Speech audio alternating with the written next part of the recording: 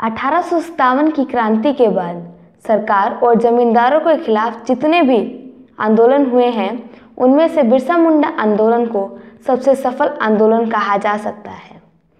बिरसा मुंडा का जन्म 15 नवंबर 1857 को हुआ था। उनका जन्म उली हाथू में हुआ था, जो अब कुंती डिस्ट्रिक्ट और झारखंड राज्य में है। उनका जन्म वीरवार के दिन हुआ था, इसीलिए मुंडा रीति रिवाजों के मुताबिक उनका नाम वीरवार दिन के नाम पर मुंडा पड़ा। बिरसा मुंडा पढ़े लिखे होने के साथ साथ नेतृत्व के भी धनी थे। बिरसा मुंडा का आंदोलन आर्थिक और सामाजिक दोनों पहलुओं पर समान बल देता था। आदिवासियों की खराब हालत को देखकर उनका जमींदारों और ठेकेदारों के अत्याचार से मुक्ति दिलाने का प्रण किया और डीको जमींदार, जो कि गैर आदिवासियों की जमीन को वापस दिलाना तथा अंग्रेजी राज को समाप्त करके मुंडा राज की स्थापना करना उनके आंदोलन का मुख्य उद्देश्य था।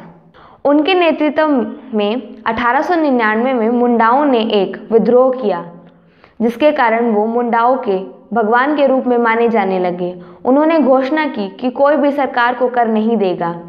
यह एकमात्र विद्रोह नहीं था, बल्कि आदिवासी असमानता तथा संस्कृति और अधिकारों को बचाने के लिए एक संग्राम था।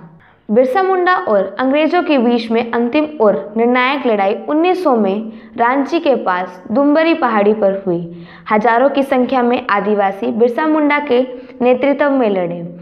जहां एक ओर अंग्रेजों के पास बंदूकें और तोपें थी, वहीं दूसरी ओर बिरसा मुंडा के आदिवासियों के पास तीर कमान और भाले थे, जिसके कारण तीर कमान और भाले ज़्यादा देर तक टिक नहीं पाए।